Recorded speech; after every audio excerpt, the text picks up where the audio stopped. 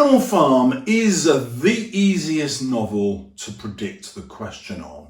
You get two questions, of course, the character, and I'm going to predict Squealer with 50% confidence, but you also get the theme question, and I'm going to predict it's going to have something to do with the revolution, either its failure or corruption, or why Napoleon is able to achieve power. That one I have 100% confidence in, maybe that's too far, 99% confidence in, because whatever the question actually is worded as, that is what it means. The other reason that it's so brilliant to write about this novel is you always have to write about Orwell's opinions, and that forces you up into grade 7 or higher. So go into the exam knowing 3 things that Orwell is trying to argue.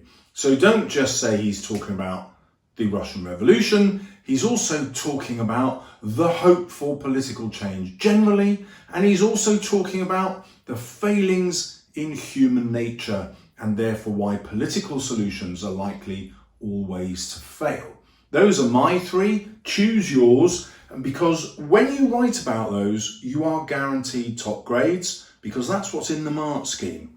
Okay, I want to show you how just picking key events from the novel will both fit Squealer and will fit what you're arguing about the revolution and its failure. So let's start with event number 1, animalism and the 10 commandments. This starts off as a moment of hope. Squealer might not feature in this, but you're then going to say how he abuses that hope. So you're still going to start there. If it's about the revolution, well, you're going to say that the key players are Snowball and Napoleon, and you're going to weigh up how much they're in harmony at the beginning or whether there are divisions between them that hint at the divisions to come.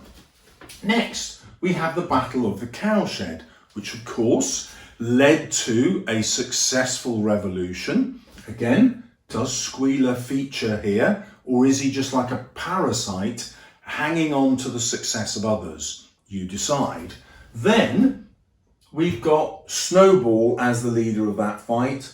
Napoleon doesn't fare as well in the descriptions of that. That sows the idea of political division.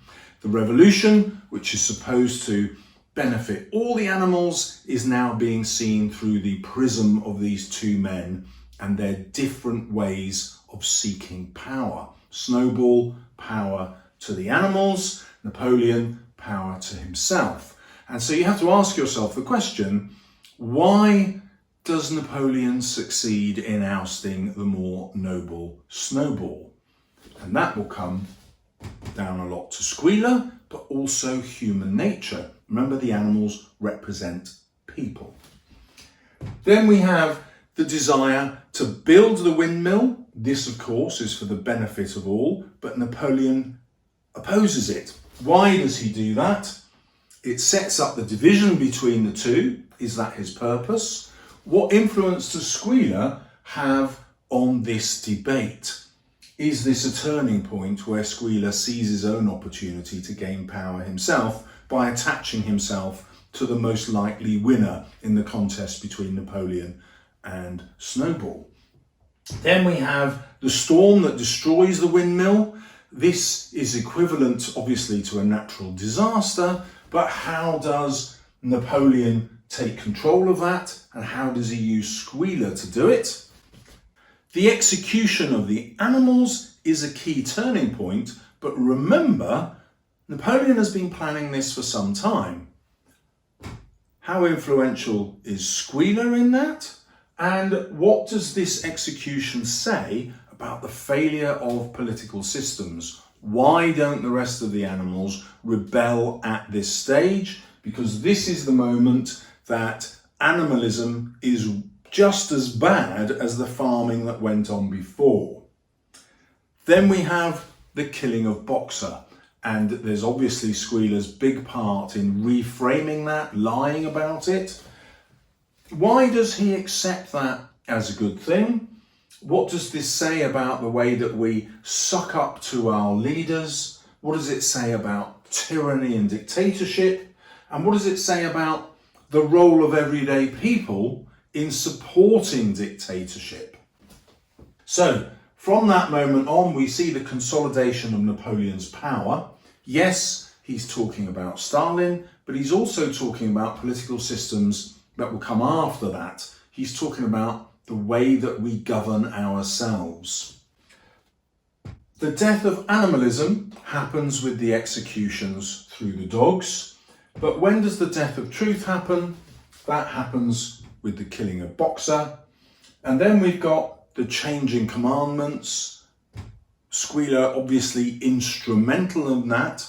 What is Orwell saying about the power of education and memory and the willingness of people to be deceived in order to lead a quiet life, or because of fear? And that then leads us to the idea that revolution is doomed because of human nature. And the way that metaphorically this is brought about is by the pig's transformations into humans. And so he's making this real comparison that people are just as animalistic as pigs, which is why the pigs become as human as people. So is he, at the end of the novel, utterly pessimistic about any kind of political development, about any kind of utopian vision? Or is he just utterly pessimistic about what he sees in Russia, and he actually believes that there are better opportunities elsewhere?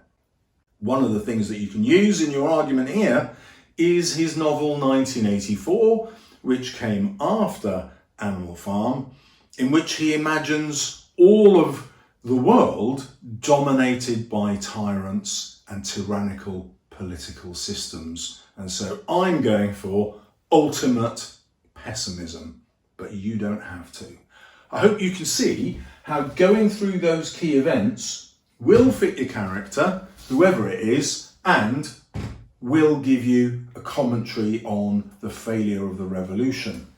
What if the character is different? Well, if it's Snowball and Napoleon, it's going to be easy to use these points. But what if it's a mixture of Benjamin and Boxer? That would be way more difficult. Well, I'd say you'd still go through exactly the same points in the novel and say how those characters were responsible for or influenced by these, and what that then said about the revolution. In other words, those characters are only in the novel in order for Orwell to talk about this. So the plan is still 100% going to work. So I said 99% before, didn't I? I'm now going 100%. Good luck. See you on the other side.